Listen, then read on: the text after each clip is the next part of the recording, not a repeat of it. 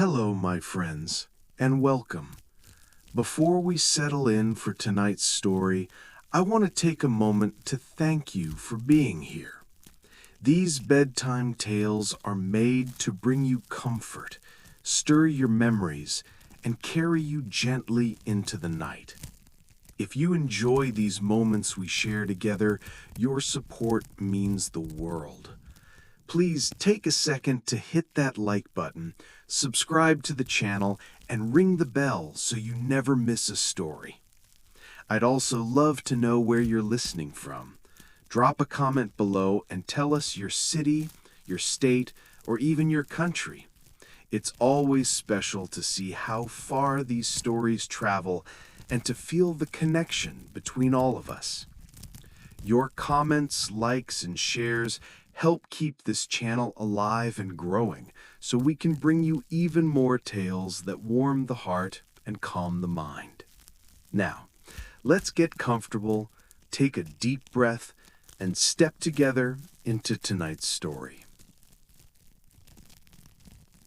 The soft flicker of the candle on the dinner table cast gentle shadows across the room.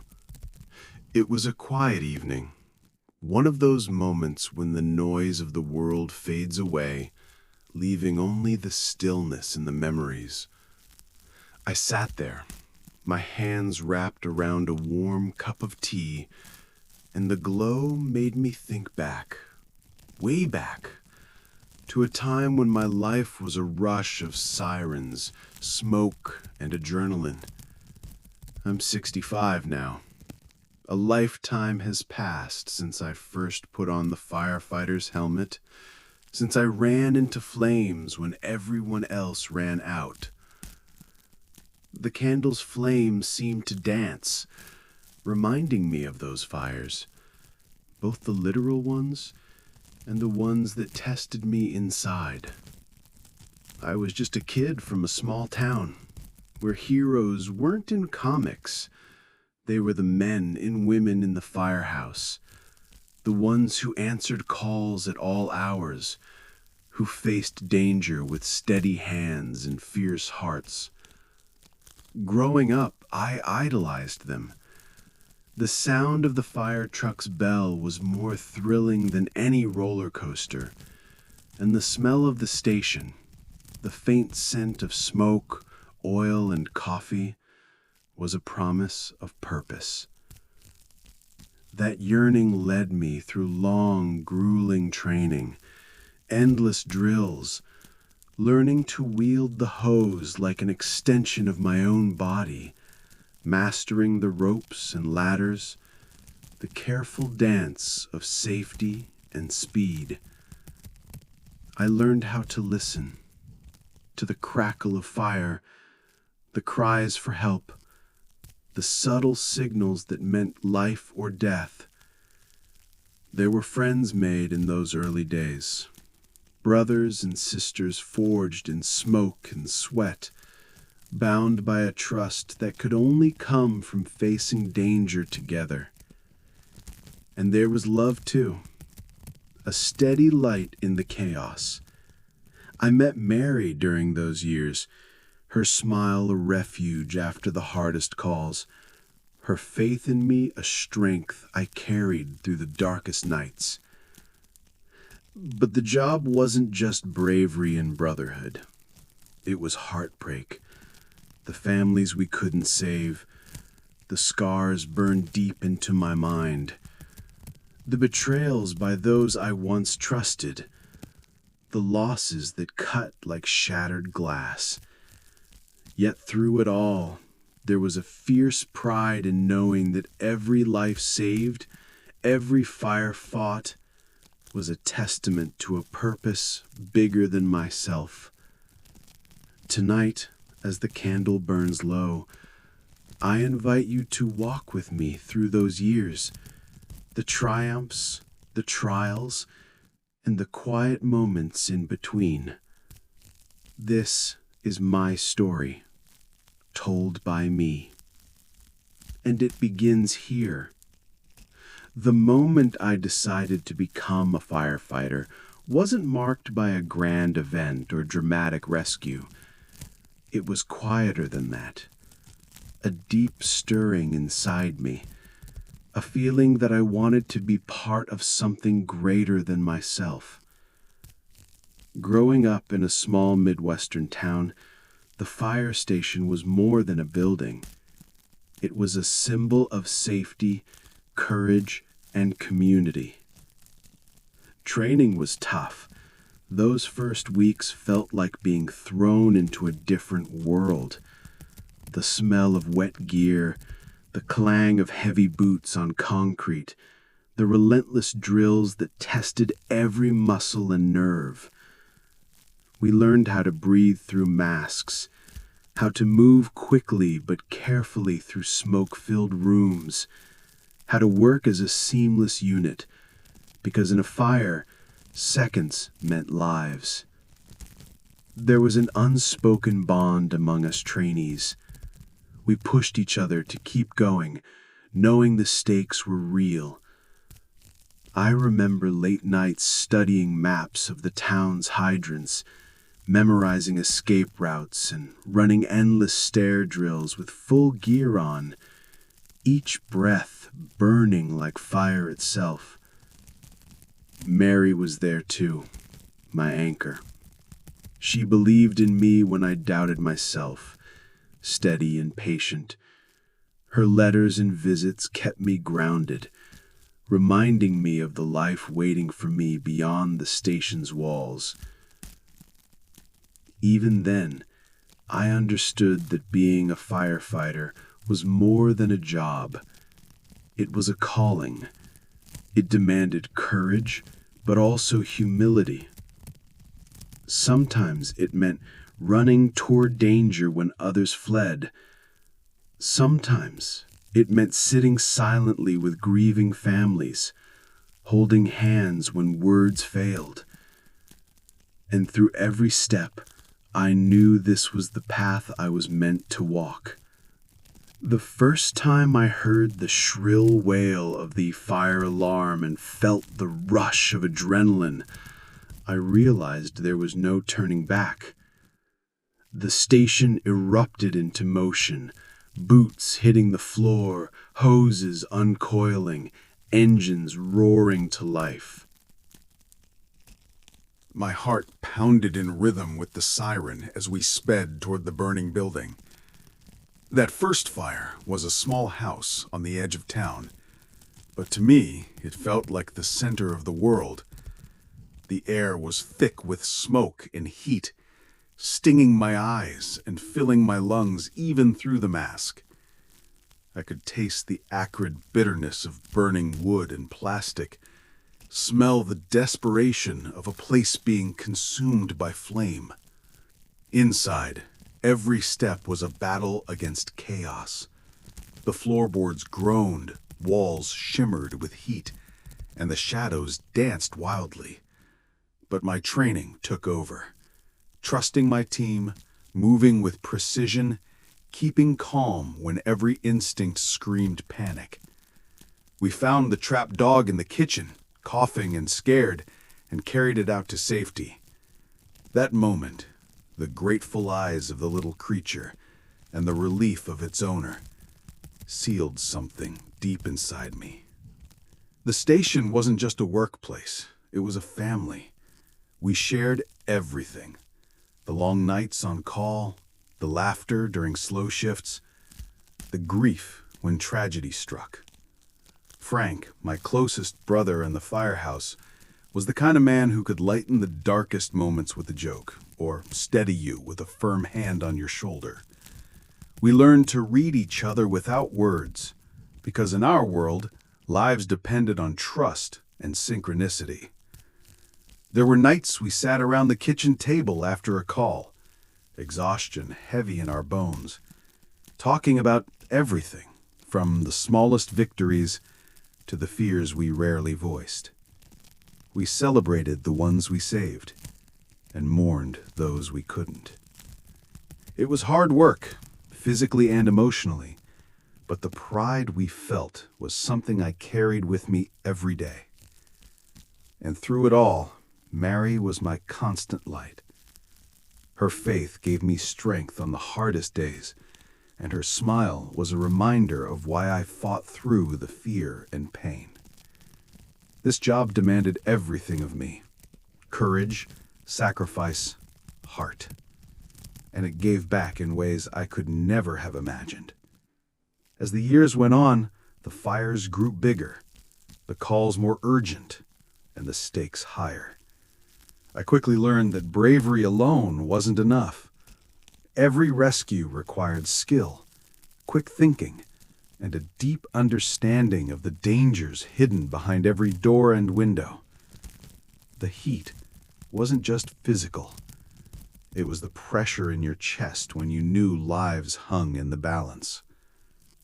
One autumn night, I faced a fire that changed me forever. A multi-story apartment building engulfed in flames. Families trapped inside. Smoke choking the hallways. We fought through collapsing ceilings and scalding water, pulling people to safety, sometimes running low on breath, strength, and hope. But no matter how hard we tried, not everyone made it out. I lost friends that night. Brave souls who never left the burning building. The silence that followed the chaos was deafening. Holding their helmets, feeling the weight of their absence, I realized the badge carried more than honor. It carried grief. Betrayal also found its way into the firehouse. There was a man I trusted, whose reckless decisions cost us dearly.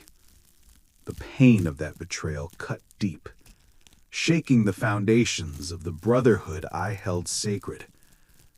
But it also reminded me that even among heroes, flaws exist, and forgiveness and resilience are sometimes the hardest fires to face. Through it all, Mary's love was my refuge. She stood by me as I wrestled with nightmares and regrets, offering quiet strength and unwavering faith. Our family grew with the birth of our 2 children, each one a new reason to keep fighting, not just the fires outside, but the ones inside myself. The gratitude of those we saved. Letters, visits, simple thank yous were small lights in the dark. They reminded me that every sacrifice had meaning, that every life touched was a victory. This path wasn't easy. It was raw, painful, and sometimes overwhelming, but it was mine, and I was proud to walk it. Life in the firehouse was a rhythm of its own, a mix of tense urgency and quiet camaraderie, where moments of chaos were balanced by stretches of shared calm. Between calls, we'd clean equipment, share meals, and tell stories that grew taller with each retelling. The smell of coffee, sweat, and rubber boots became as familiar as the faces around me. We learned to live in that bubble of brotherhood, where trust wasn't just earned, it was essential. I remember the long nights waiting for a call, the chatter around the kitchen table, and the way that Frank and I would tease each other to keep the mood light. But beneath the jokes, there was a profound respect and understanding. We were family. Mary's visits to the station were little moments of normalcy in a world of unpredictability. She'd bring homemade cookies, her laughter filling the bay where the trucks rested. Those brief respites reminded me of home, the life waiting beyond the sirens and smoke. My children grew up knowing what their father did, proud but sometimes worried. I tried to shield them from the harsh realities, but they saw enough to understand that the job carried risks. Their support was a steadying force, grounding me through long shifts and difficult nights. There were days when the exhaustion felt unbearable, when the weight of loss and responsibility pressed down hard. Yet in those moments, The strength of the brotherhood carried me forward. We lifted each other not just physically, but emotionally, sharing burdens no outsider could fully grasp. Being a firefighter shaped me in ways no other job could. It demanded everything: courage, endurance, heart. But it gave back loyalty, purpose, and a family forged in the fiercest fires. Not every day was a battle against roaring flames or dramatic rescues. Sometimes the hardest fights were the quiet ones, inside my own mind. As the years passed, I felt the weight of the job settle deeper, not just on my body, but on my spirit. The sleepless nights, replaying calls, the faces of those we couldn't save, and the toll it took on my family gnawed at me. There were moments when fear crept in. Not just the fear of danger on the job, but the fear of failing those who depended on me. I questioned whether I was strong enough, whether I was doing enough. The pride I felt was sometimes shadowed by exhaustion and doubt. And then came the hardest challenge, a betrayal from within the very brotherhood I trusted. A fellow firefighter whose reckless actions endangered lives and shattered trust. The anger and disappointment cut deep, but it also forced me to face painful truths about forgiveness and resilience. In a team built on trust, betrayal was a wound that took time to heal. Yet, even in the darkest times, Mary's unwavering support was my anchor. Her quiet confidence reminded me that strength wasn't just about fighting fires, but also about facing our fears and vulnerabilities. Through it all, I learned that courage isn't the absence of fear, it's moving forward despite it. And that sometimes the bravest thing we do is keep believing in the mission and in each other. As the years unfolded, the line between duty and personal life often blurred. The job demanded so much: hours away, unpredictability, and the constant shadow of danger.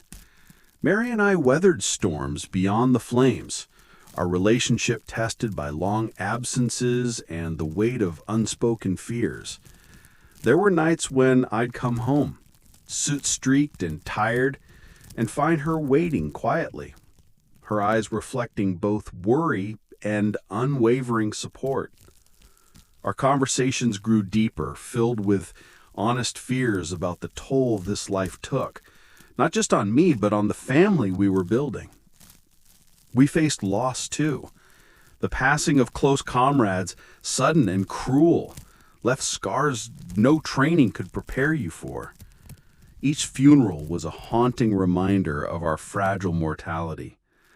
I still remember the ache in my chest when I held the flag over a friend's casket, the silence of the firehouse heavier than any blaze. Through grief and struggle, Mary became my anchor. Her strength kept me steady when I felt myself slipping. We raised 2 children amid this chaos, a boy and a girl, teaching them resilience, compassion, and the quiet pride that comes from service. But the battles weren't only with fire or grief, they were internal. The memories sometimes followed me home, haunting dreams and quiet moments. The weight of those moments built a kind of armor, but also isolation. It was only through honest conversations and shared vulnerability that I found light breaking through. Being a firefighter meant carrying burdens unseen, and sometimes the hardest fires were the ones inside. Yet with love and support, I learned to face them, finding strength not just in action, but in connection. After decades of running headlong into danger, I reached a crossroads where I had to rethink what it meant to be strong. The years of physical strain and emotional weight were catching up with me. My body ached in ways I hadn't imagined when I was younger, and the restless nights grew longer. But it wasn't just my body, it was my spirit. I realized that strength wasn't just about charging into fires or being the first on the scene. It was also about knowing when to step back, to heal, and to be present for the people who mattered most. Mary and I began carving out new rhythms, more quiet dinners, long walks, and evenings just sitting on the porch watching the sky darken. I found solace in small, steady routines, like tending to our garden or fixing little things around the house. The smell of fresh earth and the feel of wood in my hands reminded me of the craftsmanship I'd always admired. At the station, I took on more mentoring roles, guiding younger firefighters through training and sharing hard-earned wisdom. I wanted to pass on not just skills, but lessons about resilience, humility, and the importance of brotherhood. Teaching became a new kind of fulfillment, a way to keep contributing without the same physical toll. The community began to recognize not just the firefighters battling blazes, but the people behind the helmets, the fathers, husbands, and friends who gave so much. I was honored during a ceremony marking my retirement, surrounded by colleagues, family, and even those I had helped save. Their gratitude was humbling, a reminder that the work we do echoes far beyond the immediate danger. Though the fires would no longer be my daily fight, the spirit of service remained alive in me. I found peace in knowing that my journey wasn't just about the past, but the legacy I'd leave behind, and the lives I'd touched along the way. Retirement came quietly, though I had thought about it often over the years. The last call I answered still plays vividly in my mind. The shrill alarm, the rush of adrenaline, the roar of flames reflecting in the night. But that night marked the closing of one chapter and the start of another. Saying goodbye to the firehouse was harder than I expected. The walls echoed with memories of laughter and tears, of victories and losses. Walking through the empty bays one last time, I traced my hand along the worn metal of the trucks, the faded paint, the marks of decades of service. My retirement ceremony was a blend of pride and bittersweet emotion. Colleagues, friends, and family gathered to honor the years I had given. The speeches spoke of bravery and dedication, but I felt most moved by the quiet moments, the handshakes, the hugs, the knowing glances shared with those who understood the true cost of this work. Mary stood by my side, her eyes shining with pride and love. Our children and grandchildren surrounded us, a living reminder of the life that had grown alongside my career. Their smiles made me realize that the legacy I'd built wasn't just in the fires fought or the people saved, but in the family who loved me. Life after the firehouse was an adjustment. The rhythm slowed and the adrenaline faded. Some days the silence felt heavy, the absence of sirens and urgency strange. But it was also a time for reflection, to cherish the past, to heal from the scars, and to find new purpose. I took up old hobbies, woodworking, reading, spending long hours in the garden. I reconnected with friends I hadn't seen in years, and I volunteered to help train new recruits. The fire still burned within me, but in a different way, a steady flame of gratitude and wisdom. Though the helmet rests on a shelf now, the spirit of the firefighter lives on in my heart.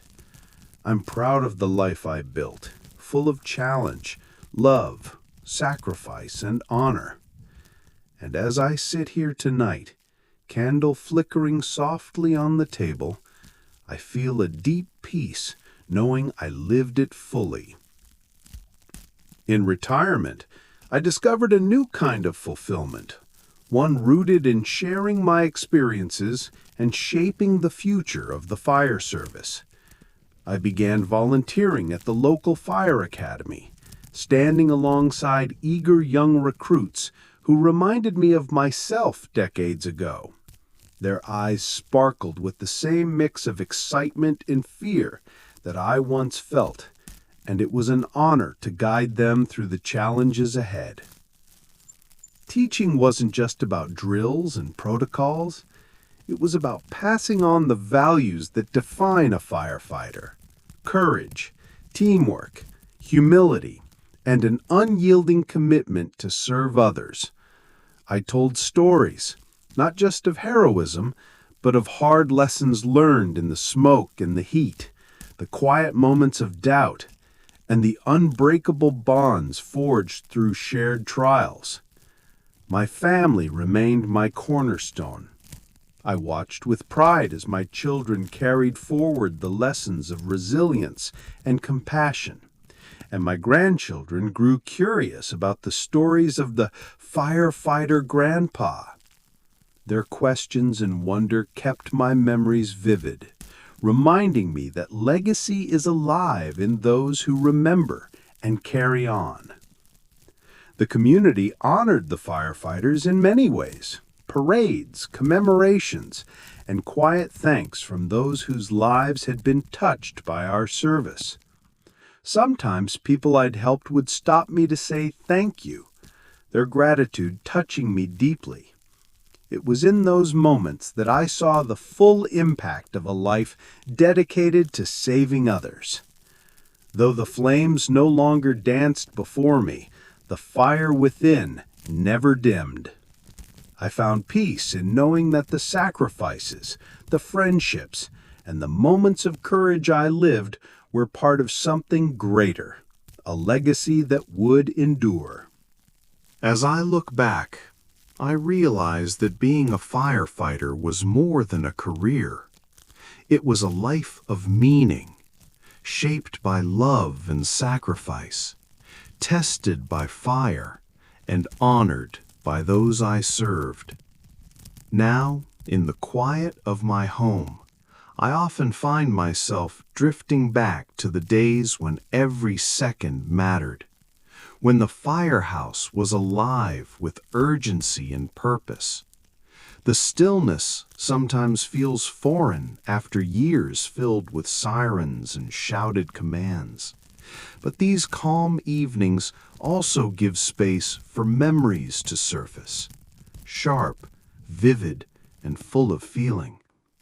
I remember the smell of smoke mixed with water and leather, the harsh clang of boots on metal stairs, and the rush of heat that greeted us on every call.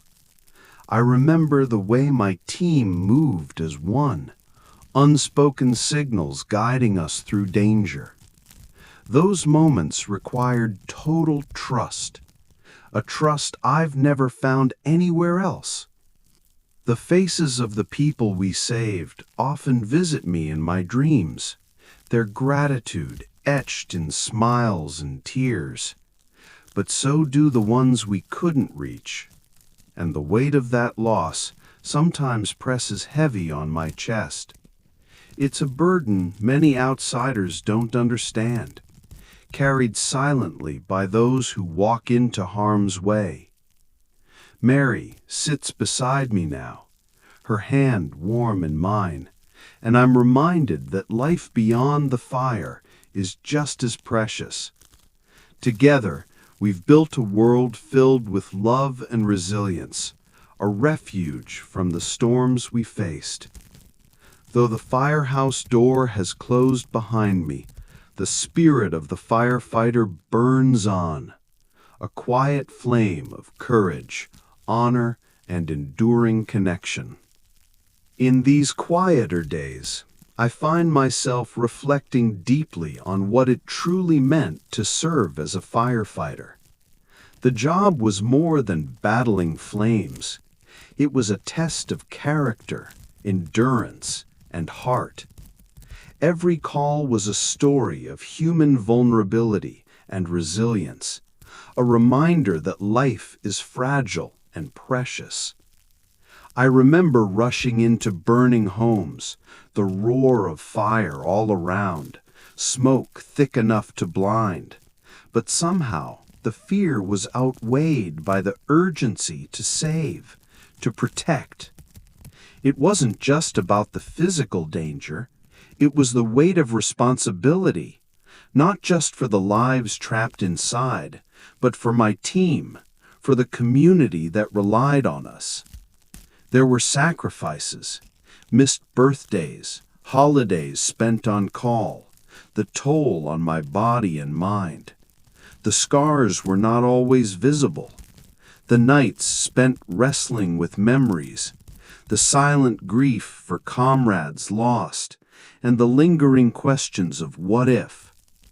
But through every trial, I found strength in purpose and in the bonds formed in those firehouse walls. Mary's unwavering support was my anchor, helping me carry the invisible burdens. Our children learned early that bravery came with cost, but also with profound meaning. The gratitude of those we helped, smiles, letters, and occasional visits became balm for the soul. Now, looking back, I see a life forged in fire and tempered. Healing came not just from time, but from connection. Sharing stories around the kitchen table, leaning on each other in moments of weakness, and knowing that we weren't alone in our fears and pain made all the difference. Together, we carried each other through the darkest nights.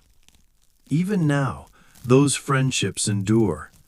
Though the firehouse doors have closed behind me, the bonds remain unbroken. They remind me that no matter how fierce the fire, the human connection we forge is what sustains us. Growing older brought a new set of challenges I hadn't anticipated when I first donned the helmet. The body that once surged with strength and speed now creaked under the weight of years. Simple tasks became reminders of time's relentless march, and the once fearless heart began to wrestle with new kinds of fears. The fear of vulnerability, of loss, of fading into quiet obscurity. There were moments when I questioned my place in this world beyond the firehouse. Without the adrenaline and urgency, life felt slower, sometimes unbearably so. The silence that replaced sirens was deafening at times, stirring loneliness I hadn't expected. Nights were sometimes restless, shadows of past calls flickering behind closed eyelids, memories that refused to fade. Yet, in this new chapter, I found unexpected gifts. Time to savor the small joys, a morning coffee on the porch, the laughter of grandchildren chasing each other through the yard, the comforting presence of Mary's hand in mine. I learned to face fear not with recklessness, but with quiet acceptance. The community I once served now honored me in ways that felt humbling. Parades, letters, visits from those whose lives I'd touched. Their gratitude was a balm to the soul, a reminder that the life I lived mattered. Most importantly, I found peace in reflection, understanding that courage isn't only for the battlefield, but for the everyday moments of vulnerability and grace. I came to see that the legacy of a firefighter isn't just in the flames fought, but in the love given, the lives touched, and the quiet strength carried into the twilight years. Now, as I sit here in the soft glow of the evening, candle flickering gently on the table, I feel a profound sense of gratitude wash over me. The journey from that young man to the seasoned firefighter, and now to this quiet moment of reflection, has been filled with trials, triumphs, love and loss. Each memory is a thread woven into the tapestry of my life. I think about the calls that still echo in my mind, the frantic voices, the roar of flames, the moments when time slowed and all that mattered was saving a life. But I also think about the laughter shared in the firehouse kitchen, the quiet evenings with Mary and the children we raised together. Those moments of peace and connection are just as precious as any rescue. The work was hard, often painful, but it gave me purpose and meaning. It shaped who I am. I learned that bravery is not just about facing physical danger, but about facing the vulnerabilities of the heart, the fear, the doubt, the grief. And through it all, I was never truly alone. The brotherhood of the firehouse, the love of my family, and the gratitude of those I helped sustained me. My retirement ceremony feels like a distant memory now, but the pride I felt then remains. It wasn't about medals or speeches. It was about knowing I did my best, that I lived a life of service and honor. I hope that story inspires those who come after me to carry the flame with courage and compassion. As the candle flickers lower and night settles around me, I am at peace. I have lived a full life, one marked by purpose, love, and the quiet heroism of everyday moments. And for that, I am profoundly thankful. This is my story. Thank you for listening.